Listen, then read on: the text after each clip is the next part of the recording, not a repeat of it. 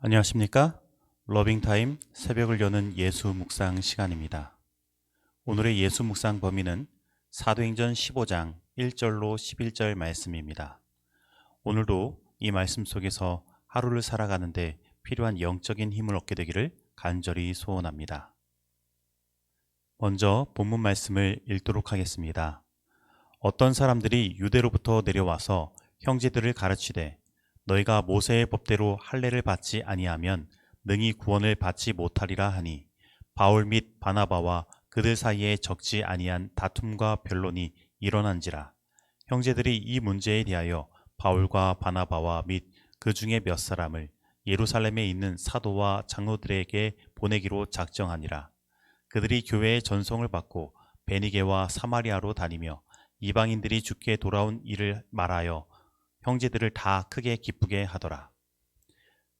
예루살렘에 이르러 교회와 사도와 장로들에게 영접을 받고 하나님이 자기들과 함께 계셔 행하신 모든 일을 말하매 바리새파 중에 어떤 믿는 사람들이 일어나 말하되 이방인에게 할례를 행하고 모세의 율법을 지키라 명하는 것이 마땅하다 하니라. 사도와 장로들이 이 일을 의논하러 모여 많은 변론이 있은 후에 베드로가 일어나 말하되 형제들아 너희도 알거니와 하나님이 이방인들로 내 입에서 복음의 말씀을 들어 믿게 하시려고 오래전부터 너희 가운데서 나를 택하시고 또 마음을 아시는 하나님이 우리에게와 같이 그들에게도 성령을 주어 증언하시고 믿음으로 그들의 마음을 깨끗이 하사 그들이나 우리나 차별하지 아니하셨느니라. 그런데 지금 너희가 어찌하여 하나님을 시험하여 우리 조상과 우리도 능히 매지 못하던 멍에를 제자들의 목에 두려느냐. 그러나 우리는 그들이 우리와 동일하게 주 예수의 은혜로 구원받는 줄을 믿노라 하니라. 사도행전 15장 1절로 11절 말씀입니다. 말씀 줄거리입니다. 안디옥 교회에 분쟁이 일어납니다. 분쟁의 쟁점은 모세의 법대로 할례를 받아야만 이방인에게도 구원이 있다는 부분입니다.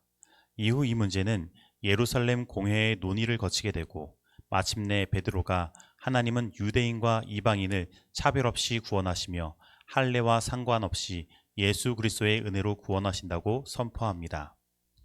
1차 선교 여행을 마치고 안디옥으로 돌아온 바울과 바나바는 한 가지 문제에 부딪힙니다. 그것은 유대로부터 온 이들이 예수님을 믿어도 할례를 받지 아니하면 구원을 받을 수 없다고 주장한 것입니다.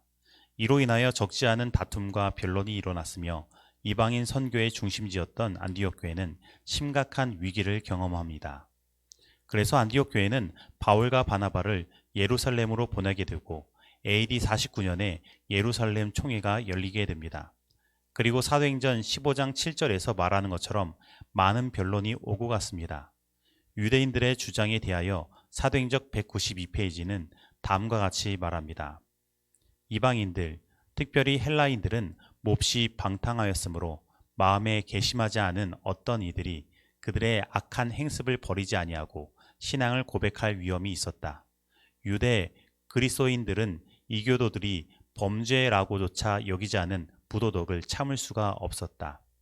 그러므로 유대인들은 할례와 의문의 율법을 준수하는 것을 그들의 성실성과 헌신의 표시로 이방인 개종자들에게 부과하는 것이 매우 적절하다고 주장하였다. 그들은 이것이 심령의 진정한 개심이 없이 신앙을 받고 후에 부도덕과 부절제로 그 사업에 치욕을 가져올지도 모를 자들이 교회에 들어오는 것을 방지해 줄 것이라고 믿었다.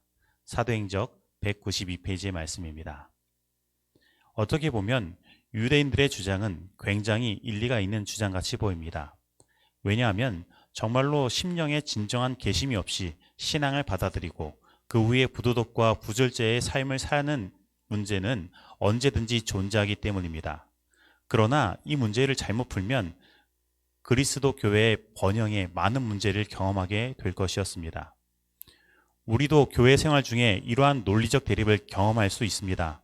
우리는 종종 교회의 구성원들이 편에 갈려 첨예하게 대립되는 일들을 보게 되는 것입니다.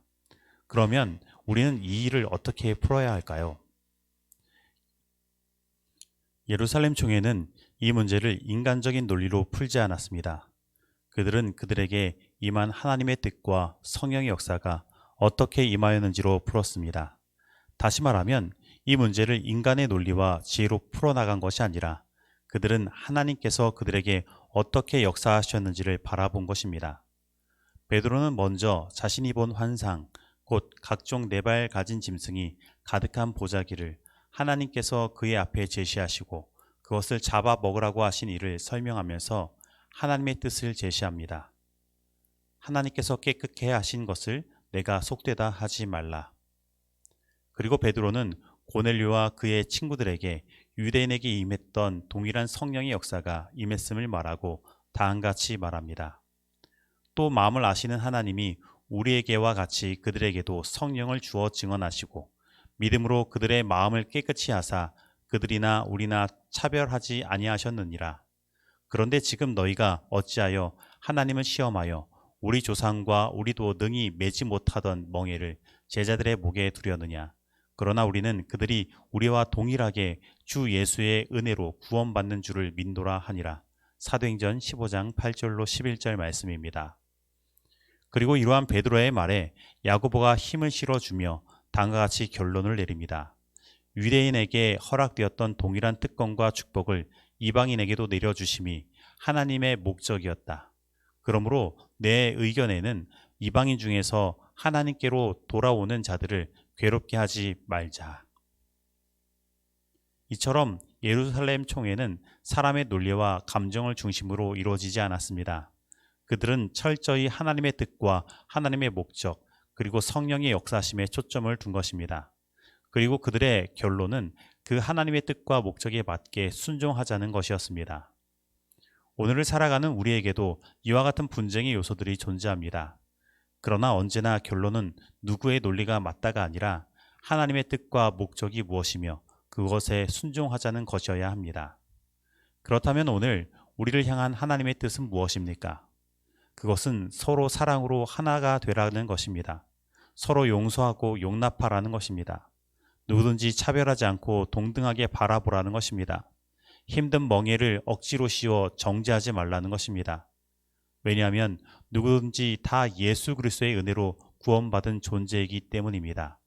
하나님의 은혜는 모든 사람에게 공평하게 주어지기 때문입니다. 그런데 그렇다고 해서 유대인들의 주장이 전혀 무시되지는 않았습니다. 이들이 주장했던 또 하나의 문제인 우상에게 바친 제물을 먹는 문제는 다만 우상의 더러운 것과 음행과 목에 매어 죽인 것과 피를 멀리하라고 편지하는 것으로 결론을 내리므로 진정한 개심 없이 신앙을 받아들이는 문제를 해결한 것입니다. 다시 말하면 유대인들의 주장이 하나님의 뜻과 목적에 어긋난다고 하여서 그들을 무시하는 일들이 일어나지 않았다는 것입니다.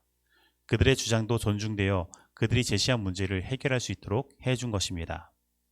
그러므로 우리는 하나님의 은혜를 공평하게 받는 존재이며 모두 그 은혜로 구원받은 존재이므로 모든 사람을 존중하고 예의 있게 대해야 하는 것입니다. 그래서 우리는 모두 사랑으로 하나 되어야 하는 것입니다. 왜냐하면 그것이 우리를 향한 하나님의 뜻이기 때문입니다. 그래서 우리는 더더욱 하나님의 뜻과 목적이 무엇인지 하나님의 말씀을 통해 깨달아야 합니다. 그리고 하나님의 성령의 역사가 임할 때에 그것을 바르게 분별할 수 있는 지혜가 있어야 합니다. 그리고 그러한 분명한 하나님의 뜻과 목적 아래 우리는 서로 사랑으로 하나 되어야 하는 것입니다. 오늘 이러한 역사가 우리 가운데도 경험되기를 간절히 소원합니다. 적용하도록 하겠습니다. 오늘 나의 삶의 현장과 교회에 분쟁이 벌어지고 있지는 않습니까? 혹 나는 그러한 분쟁이 벌어질 때에 인간적인 논리로 해결하려고 하지는 않습니까? 혹 나의 논리가 하나님의 뜻보다 앞서 있지는 않습니까? 오늘 그 분쟁의 현장에서 나타난 하나님의 뜻과 목적은 무엇입니까? 오늘 나는 교회 직원회나 다른 회의에서 내린 결정에 순종함으로 각 구성원들과 서로 하나가 되는 일을 하고 있습니까? 아니면 여전히 나의 생각을 굽히지 않으므로 분쟁을 끝내지 않고 있지는 않습니까? 하나님은 논리가 아니라 하나님의 뜻인 사랑과 은혜, 그리고 존중으로 문제를 해결하기를 원하십니다. 다 같이 기도하시겠습니다. 하나님 아버지, 오늘 우리에게 1차 예루살렘 총회 이야기를 통해 우리 가운데 있는 분쟁의 문제를 어떻게 해결해야 하는지를 알려주시니 감사드립니다. 아버지 하나님, 분명히 교회는 분쟁이 없고 서로 하나가 되어야 하지만 이 분쟁의 문제는 초대교회 때부터 지금까지 끊임없이 일어났음을 보게 됩니다. 그래서 분쟁이 없는 것이 중요한 것이 아니라 이 분쟁을 어떻게 해결해야 하는지가 중요한 것임을 다시금 깨닫게 됩니다. 오늘 혹 이러한 분쟁 가운데에서 하나님의 뜻과 목적이 우선이 되는 것이 아니라 나의 생각과 논리가 우선시 되었다면 이 시간 나의 생각과 모든 논리를 다 하나님 앞에 내려놓사오니 하나님의 뜻과 목적이 무엇인지 분명히 밝혀주시고 그 뜻과 목적에 온전히 순종할 수 있는 믿음을 허락하여 주시옵소서. 그래서 우리 모든 교회가 서로 사랑으로 하나 되게 하시고 진정한 성령의 부흥의 역사를 경험하게 하여 주시옵소서. 이 모든 말씀 예수님의 이름으로 기도드립니다. 아멘.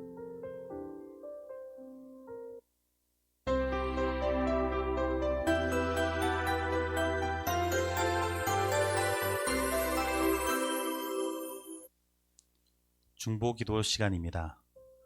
오늘은 이숙현 성도님을 위해 기도하겠습니다. 그리고 쌍문동 교회의 도루가 사업을 위해 기도하겠습니다.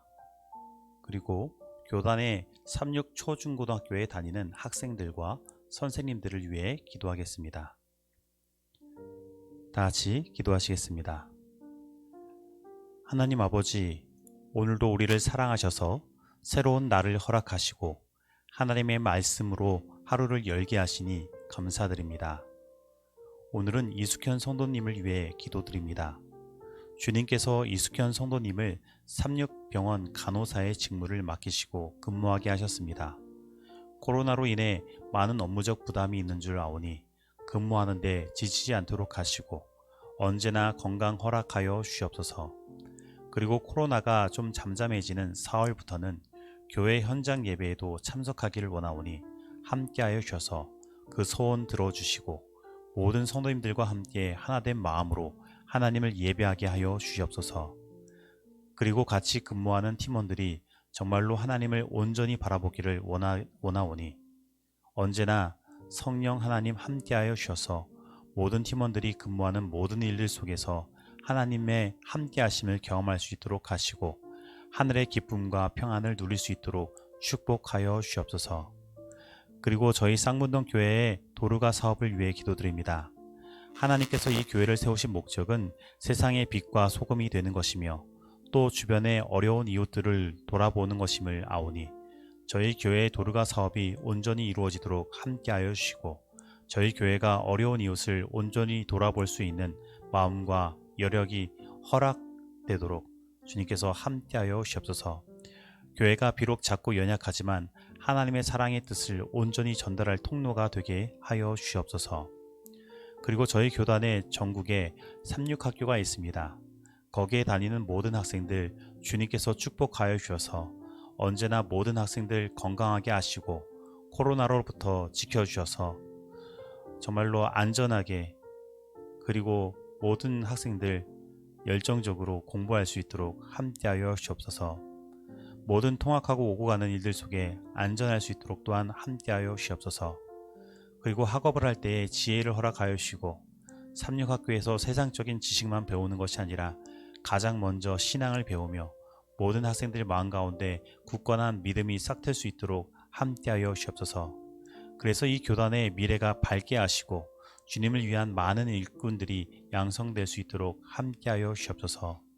그리고 학교 학생들을 지도하시는 선생님들을 주님께서 함께하여 주셔서 그 마음 가운데 하나님의 사랑 허락하시고 모든 학생들을 진정한 마음으로 가르칠 수 있도록 하시며 단순히 지식을 가르치는 것이 아니라 선생님들의 모범과 사랑을 통해 학생들이 학교에서 참된 인생을 배울 수 있도록 모든 능력 허락하시고 인도하여 주시옵소서. 주님께서 언제나 함께하여 주셨을 믿고 감사드리며 이 모든 말씀 예수님의 이름으로 기도드립니다. 아멘.